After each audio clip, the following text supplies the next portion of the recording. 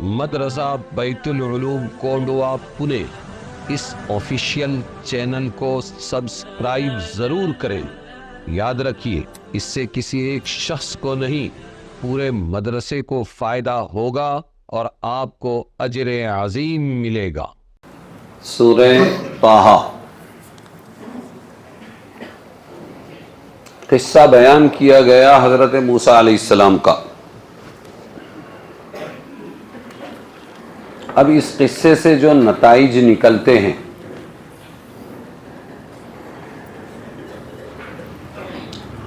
ان کو سمجھنا بھی ضروری ہے۔ یہ قصہ ہزاروں عبرتوں اور حکمتوں پر اور اللہ تعالیٰ کے قدرت کاملہ کے عجیب مظاہر پر مشتمل ہے۔ عجیب عجیب قدرتیں ہیں جس سے انسان کا ایمان پکا ہوتا ہے۔ اس میں عملی اور اخلاقی ہدایتیں بھی بے شمار ہیں۔ چونکہ اس جگہ یہ قصہ پوری تفصیل کے ساتھ آ گیا ہے تو مناسب معلوم ہوا کہ اس کے ذیل میں آئی ہوئی عبرتوں، نصیحتوں اور ہدایتوں کا کچھ حصہ لکھ دیا جائے۔ فرعون کی احمقانہ تدبیر اور اس پر قدرت حق کا حیرت انگیز رد عمل۔ فرعون کا جو کام تھا وہ کیا تھا؟ بے وقوفوں جیسا کام تھا۔ جب معلوم ہوا کہ بنی اسرائیل کے یہاں پر کوئی لڑکا پیدا ہوگا جو فرعون کی سلطنت کے زوال کا سبب بنے گا، یہ بچہ آگے چل کے، تو اسرائیلی لڑکوں کی پیدائش بند کرنے کے لیے قتل عام کا حکم دے دیا کہ بچے پیدا ہی نہ ہو، اور اگر لڑکے پیدا ہو جائیں لڑکوں کو قتل کر دو، لڑکیوں کو باقی رہنے دو۔ نہ رہے بانس نہ بجے بانسری۔ پھر اپنی ملکی اور ذاتی مصلحت سے 1 سال کے لڑکوں کو باقی رکھنے اور دوسرے سال کے لڑکوں کے قتل کرنے کا فیصلہ نافذ کر دیا۔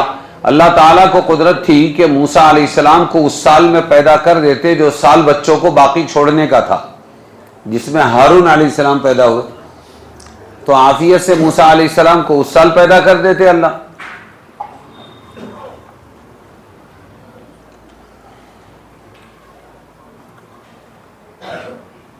مگر قدرت کو منظور یہ ہوا کہ اس بے وقوف کی، فرعون بے وقوف کی اس ظالمانہ تدبیر کو پوری طرح اس پر الٹ دیا جائے اور اس کو خوب بے وقوف بنایا جائے۔ کس لیے موسیٰ علیہ السلام کو خطرے کے سال میں پیدا کیا؟ کیا چاہا اللہ نے؟ کہ فرعون کی بے وقوف، فرعون کی پوری جو سازش ہے اس کو ایک دم الٹ دیا جائے اور اس کو بے وقوف بنایا جائے۔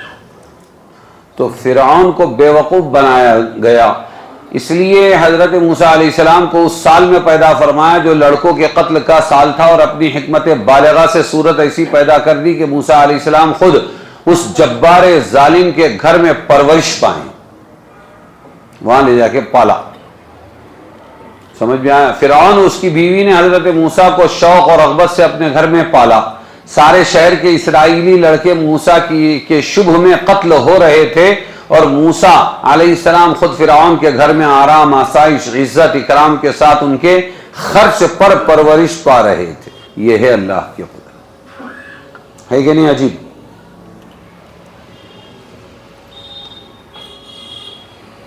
تو اس لیے اللہ تعالیٰ نے فرعون کو بیوقوف بنانے، اس کی سازش کو پوری طرح ناکام کرنے کے لیے اس سال پیدا فرمایا موسیٰ علیہ السلام کو جو خطرے کا سال تھا۔ ورنہ پیدا ہوتے ہارون علیہ السلام کی طرح اپنے گھر میں پلتے، فرعون کے گھر میں جانے کا بندوبست، وہ ٹوکری میں ڈالنا، پھر اس کے بعد سمندر کے حوالے کرنا، پھر وہاں جانا، پھر وہاں پر آسیہ نے قرۃ عین لی ولک کہنا، میری آنکھوں کی ٹھنڈک، اور پھر وہاں پر پلنا، یہ سب نہیں ہوتا تھا نا، وہاں پالنا تھا اللہ کو۔ کہاں پالنا تھا؟ جیسے بھول جاؤں گا کہ اللہ والوں، نبی اللہ والے، اللہ والوں اور اللہ کے دشمنوں میں ایک فرق ہوتا ہے۔ اللہ والے ہمیشہ اللہ کا تعارف کراتے ہیں، ہمارا اللہ ہے، ربنا الذی اعطی کل شیء خلقہ ثم ہدی، کل ہی آیا نا، ہر چیز کو پیدا کیا، ہر ایک کو سوچ سمجھ عطا فرمائی۔ یہ کون تعارف کرا رہا ہے اللہ کا؟ موسیٰ علیہ السلام اور ہارون علیہ السلام۔ اور وہ کیا، جو اللہ کا دشمن ہوتا ہے وہ ہمیشہ یاد رکھنا، وہ اپنا تعارف کراتا، میں ایسا، میں ویسا، میں ڈبل پیسہ، اور میں بھیزا.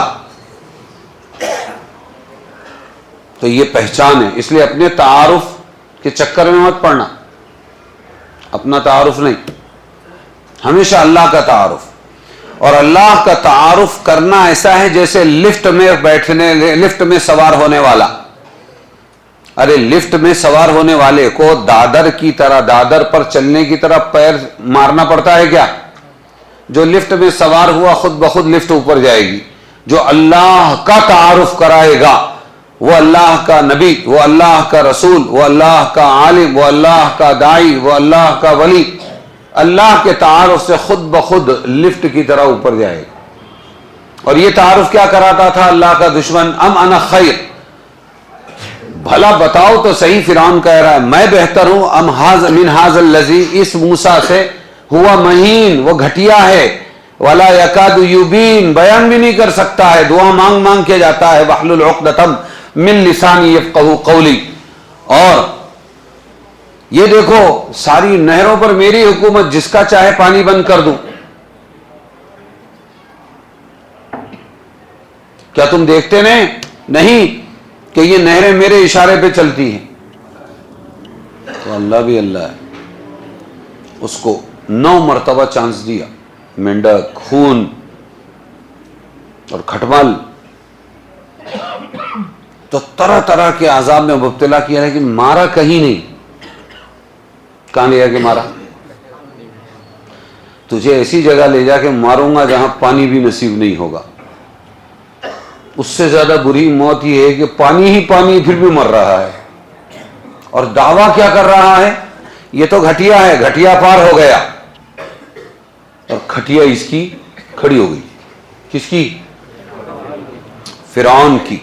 اللہ کہیں اور مار سکتا تھا, لیکن جیسے اللہ نے خطرے کے سال میں پیدا کر کے موسیٰ کو اس کے خرچے پر اس کے محل میں آنکھوں کے سامنے پلوایا, پرورش کرائی, ہے نا, ایسے ہی اللہ ہے. کہیں اور مارنے کے بجائے جن نہروں پر میری چلتی ہے کہتا تھا, اسی نہر میں ڈبا کر مارا. یہ ہے اللہ. ارے سمجھے کہ نہیں؟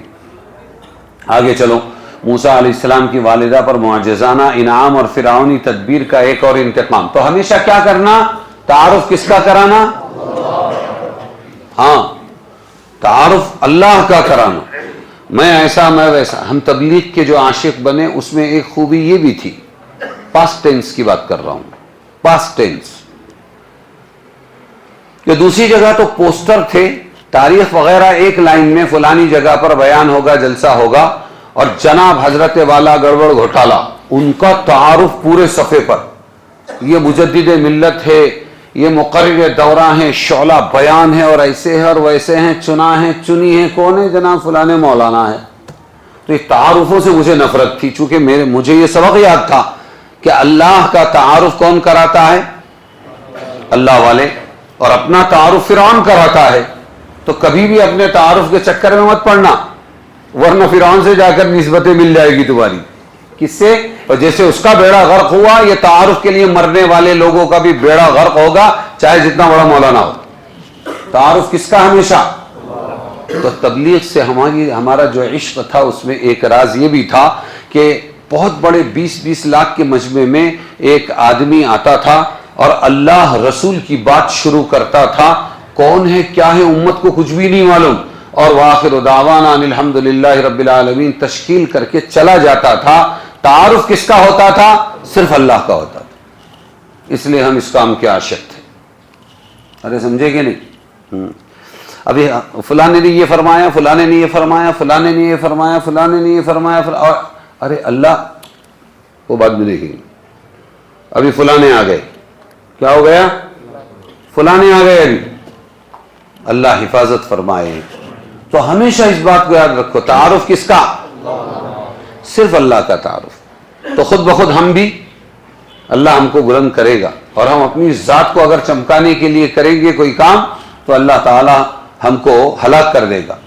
موسیٰ علیہ السلام اگر عام بچوں کی طرح کسی انا کا دودھ پی لیتے. اب سوال یہ ہے کہ موسیٰ علیہ السلام کی والدہ کا دودھ کیوں پلایا, اور اس وقت تک دودھ پینے کو سے منع کیوں کیا اللہ تعالیٰ نے؟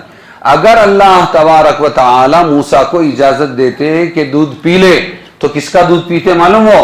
کسی عام بچوں کی طرح کسی انا کس کو کہتے ہیں؟ ارے بولو نا، کس کو کہتے ہیں؟ دودھ پلانے والی، اس کو کیا کہتے ہیں؟ انا بانا لاکنہ لیتا لعل۔ ایک مدرسہ تھا، وہاں پر ایک انا آتا تھا، مدرسی لوگ بھی ہوتے ہیں نا انا، تو وہ انا آتا تھا، جھاڑو مار کے جاتا تھا۔ انا کیا عمل کرتا ہے؟ استاد نے کلاس میں پوچھا، بولے وہ جھاڑو مارتا ہے۔ بچے بڑے ہوشیار ہوتے ہیں، انا کیا کرتا ہے؟ جھاڑو مارتا ہے۔ تو یہ اگر موسیٰ علیہ السلام عام بچوں کی طرح کسی انا کا دودھ قبول کر لیتے تو ان کی پرورش اپنے دشمن فرعون کے گھر پر بھی آرام کے ساتھ ہو سکتی تھی نا، یا دودھ پی رہے، پلانے والی پلا کے جا رہی، مگر موسیٰ علیہ السلام کی والدہ ان کی جدائی سے پریشان رہتی، ایک یہ نقصان تھا۔ اور اللہ کا وعدہ تھا تیرا بچہ تجھے لوٹاؤں گا، ڈال دے سمندر میں۔ تو لوٹانے کے لیے سب کے دودھ بند کرا دیے تاکہ موسیٰ کی ماں آئے پلائے، اور موسیٰ علیہ السلام کو بھی کسی کافر عورت کا دودھ ملتا۔ کس کا دودھ ملتا؟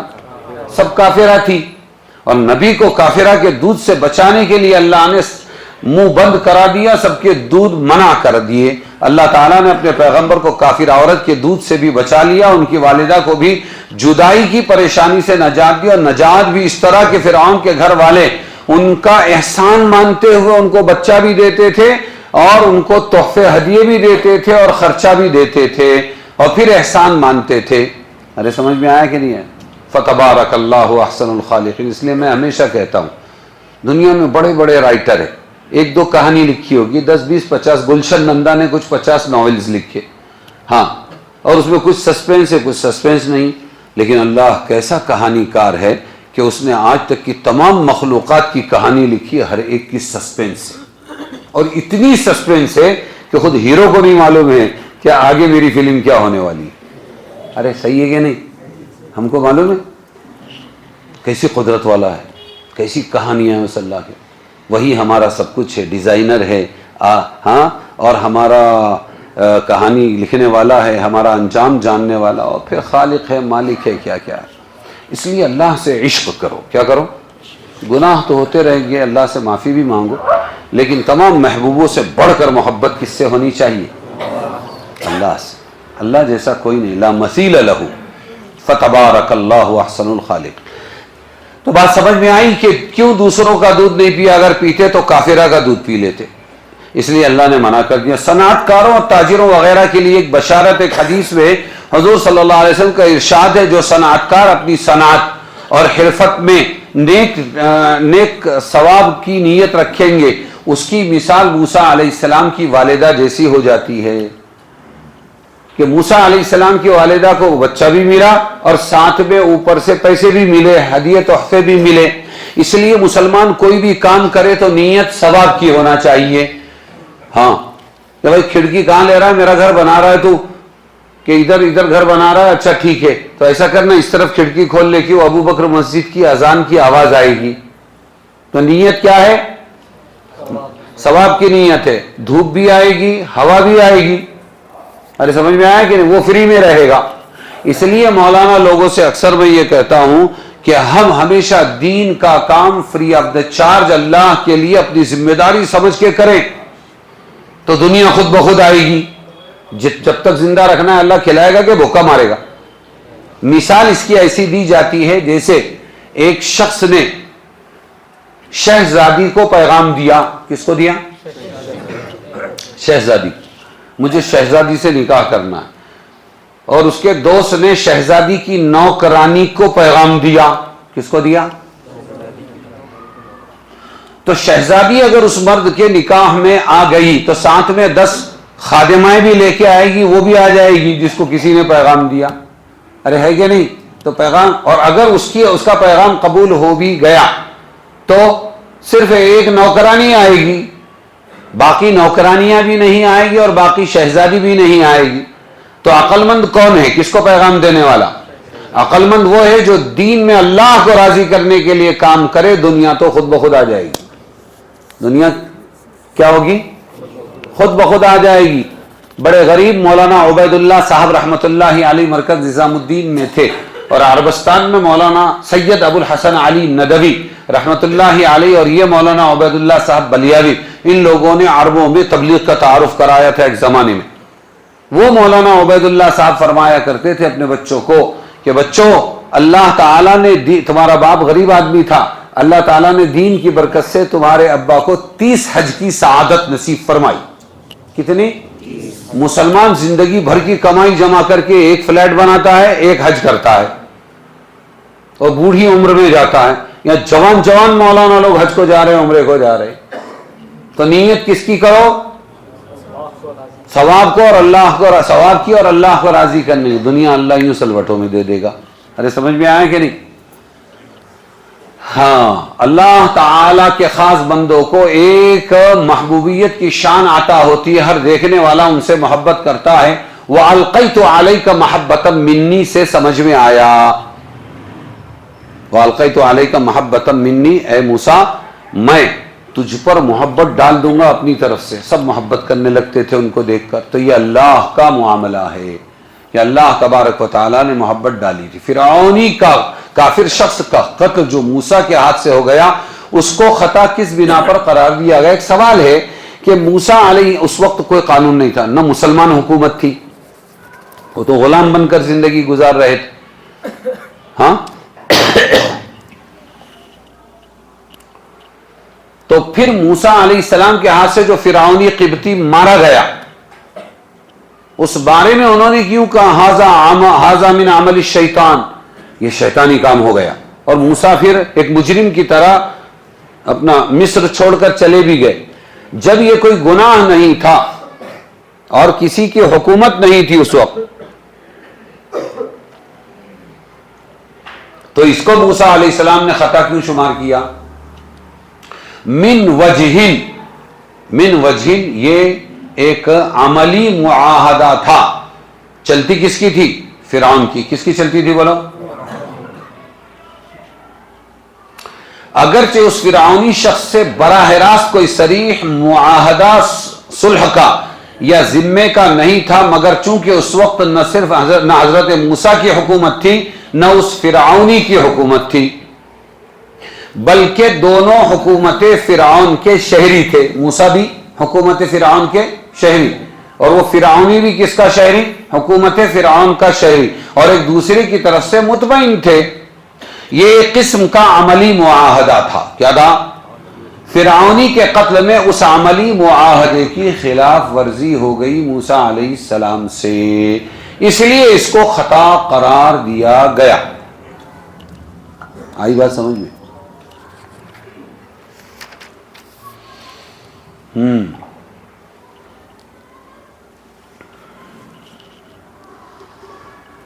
ضعیفوں کی امداد اور خدمت خلق دین و دنیا کے لیے نافع اور مفید ہے۔ ہمیشہ ضعیفوں کی کیا کرنا چاہیے؟ امداد، اور مخلوق کی کیا کرنا چاہیے؟ ہر اعتبار سے خدمت کرنا چاہیے۔ سمجھ میں آیا؟ ہاں، حضرت موسیٰ علیہ السلام نے شہر مدین سے باہر کنویں پر 2 عورتوں کو دیکھا، وہ کمزور تھی، ان کی مدد کی، کوئی لینا دینا نہیں تھا، مدد کی، ان کی بکریوں کو کیا کیا؟ پانی پلایا، ان کی مدد کی۔ تو یہ ایک خدمت خلق کا کام کیا انہوں نے۔ اس کے فائدے کتنے ہوئے؟ ایک تو شعیب نبی سے ملاقات۔ کس سے ملاقات ہوئی؟ شعیب نبی سے ملاقات ہوئی۔ پھر کیا ہوا کہ پھر ان کے یہاں نوکری مل گئی پردیسی کو۔ کیا مل گئی؟ 8 سال تک طعام قیام، اور پھر ساتھ میں یہ کہ اس کا معاوضہ۔ پھر اس کے بعد دامادی کا شرف حاصل ہوا، بیٹی بھی مل گئی۔ کیا مل گیا بولو؟ داماد بن گئے۔ یہ سب فائدے کاہے کے تھے؟ خدمت خلق کے۔ کاہے کے فائدے تھے؟ اس لیے ہمیشہ انسانوں نے کیا کرنا چاہیے؟ یہی ہے محبت، یہی دین و ایمان کہ کام آئے دنیا میں انسان کے انسان۔ درد دل کے واسطے پیدا کیا انسان کو، ورنہ طاعت کے لیے کچھ کم نہ تھے کروبیاں، فرشتے بہت تھے، لیکن دنیا میں اللہ تعالیٰ نے ہم کو کیوں پیدا کیا بولو؟ ہاں، درد دل کے واسطے۔ تو ایک دوسرے کے کام آنا چاہیے۔ کیا کرنا چاہیے؟ اس کے بہت فائدے ہوتے ہیں۔ کام آنے کے کیا ہوتے ہیں؟ بہت فائدے۔ یہاں تم کو بتا دیا کیا فائدے ہوئے، اور وہاں دین کا کام کیا۔ مولانا عبید اللہ صاحب نے ابھی میں نے واقعہ بتایا مدرسے میں پڑھے ہوئے، مدرسے کے 2 وقت کی روٹی پر پل کر پڑھنے والے اپنے بچوں سے کیا کہتے ہیں کہ بیٹا تیرا باپ غریب تھا لیکن اللہ نے دین کی برکت سے، دعوت کی برکت سے 30 حج کی سعادت نصیب کی۔ کتنی؟ 30 حج کی سعادت۔ تو کیا کرنا چاہیے بولو؟ ضعیفوں کی مدد اور خدمت خلق۔ ہاں، کیسے کرنا چاہیے معلوم ہے؟ جیسے الیکشن کے زمانے میں تازہ ہمارے پولیٹیکل لوگ کرتے ہیں کہ نہیں کرتے؟ ہاں، وہ صحیح کرتے ہیں غلط کرتے ہیں یہ نہیں بولتا، لیکن اس جذبے کے ساتھ، اس اسپرٹ کے ساتھ میں کرنا چاہیے ہمیشہ، بات سمجھے؟ اور ہمیشہ کرنا چاہیے اور بے لوث کرنا چاہیے، اس پر ہم کو ووٹ نہیں چاہیے۔ 2 پیغمبروں میں اجیر اور آجر کا معاملہ، اس کی حکمتیں اور فوائد عجیبہ۔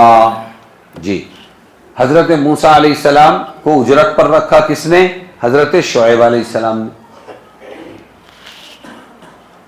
اور انہوں نے ان کی خدمت کی۔ اب ایک سوال یہ ہے کہ موسیٰ علیہ السلام کو اللہ یوں ہی نبی بنا سکتے تھے، اتنے مجاہدے سے گزارا۔ میں ہمیشہ ایک بات کہتا ہوں،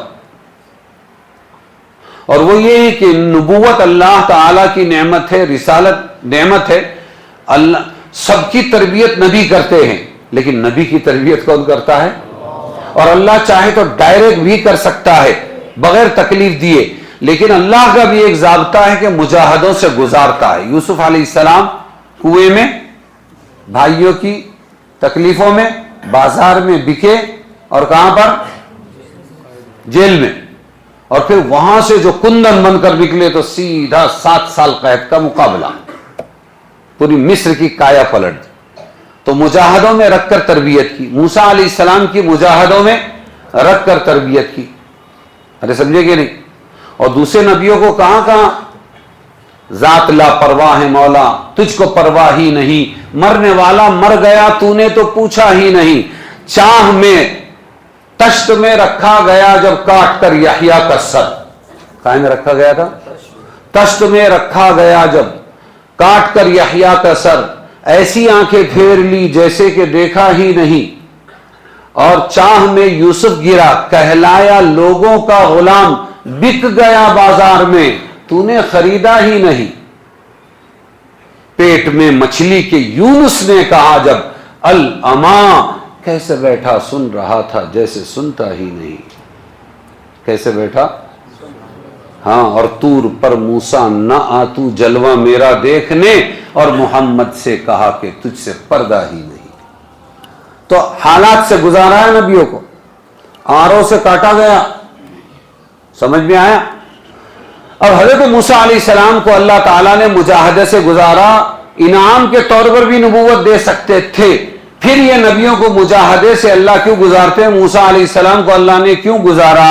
عادت اللہ یہ ہے، اللہ کی عادت یہ ہے کہ وہ اپنے پیغمبروں کو بھی مجاہدات، محنت اور مشقت کے دور سے گزارتے ہیں، جو اخلاق انسانی کی تکمیل کا ذریعہ ہے۔ مجاہدے کیا ہیں؟ بولو، ارے بولو۔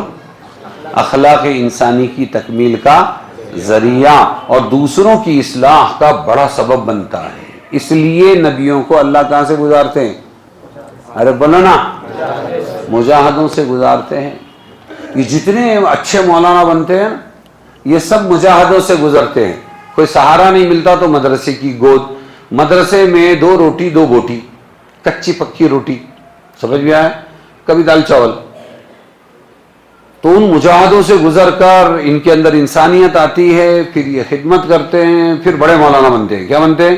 امیر صاحب، حضرت جی، پیر صاحب، محتمیم صاحب، خطیب صاحب، امام صاحب، یہ صاحب، وہ صاحب، میم صاحب۔ کون صاحب؟ مولانا، مدرس، محتمیم، مفتی صاحب، ہے نا، اور پھر مالدار صاحب، اور پھر مسجد وار جماعت کے ذمہ دار صاحب، میم صاحب۔ یہ سب غریب تھے، لیکن اللہ تعالیٰ نے دین کی برکت سے ان کو پوزیشن عطا فرمائی، تو اب یہ عیش و عشرت کے نقشے بنے۔ ان میں ان کے بچوں نے آنکھیں کھولی، میں امیر صاحب کا بیٹا، میں مفتی صاحب کا بیٹا، میں محتمیم صاحب کا بیٹا۔ اب یہ آئے خطرے میں، کیوں؟ مجاہدے گئے۔ کیا گئے؟ کیا گئے بولو؟ ہاں مجاہدے گئے. سیدھا بیٹھ, ایسا کیوں بیٹھتا ہے؟ میرے کو ڈانٹے, میں محتمم صاحب کا بیٹا, میں مالدار صاحب کا بیٹا. تمیم کی اولاد خطرے میں ہے. کیا ہے بولو بولو.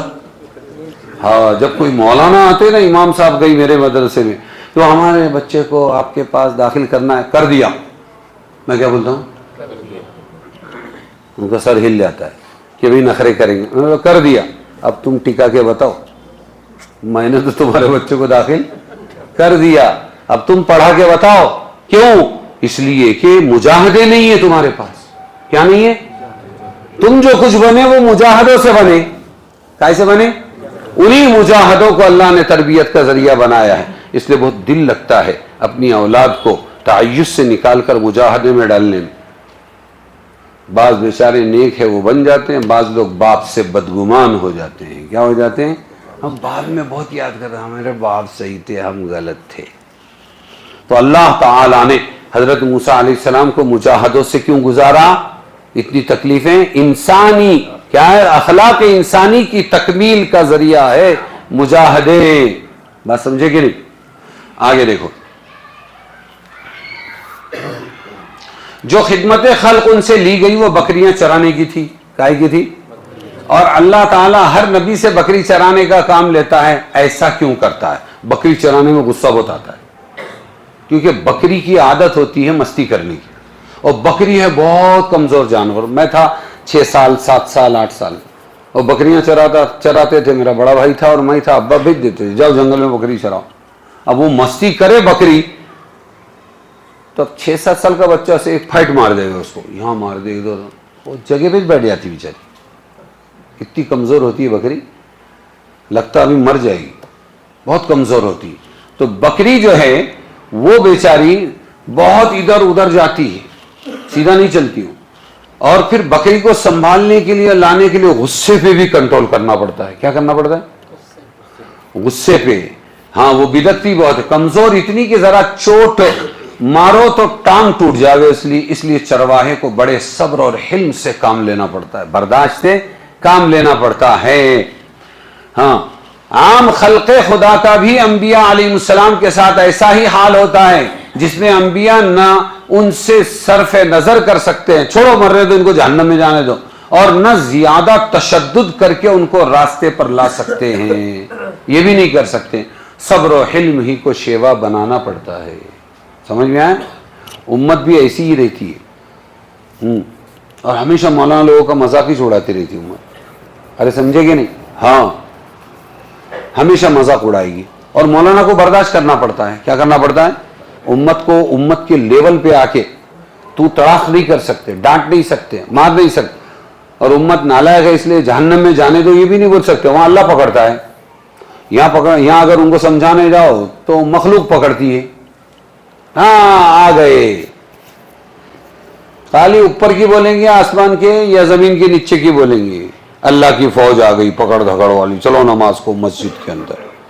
اب اس کو پینے کا, پھر برداشت کرنے کا, پھر ان کو سمجھانے کا, پھر ان کو نکالنے کا 3 دن 40 دن, پھر ان کو سمجھانے کا. سمجھے گے نہیں؟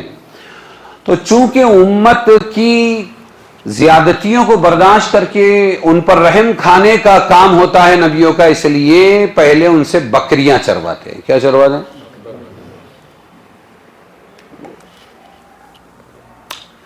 کسی کو کوئی عہدہ اور ملازمت سپرد کرنے کے لیے بہترین دستور العمل بھی سکھا دیا یہاں.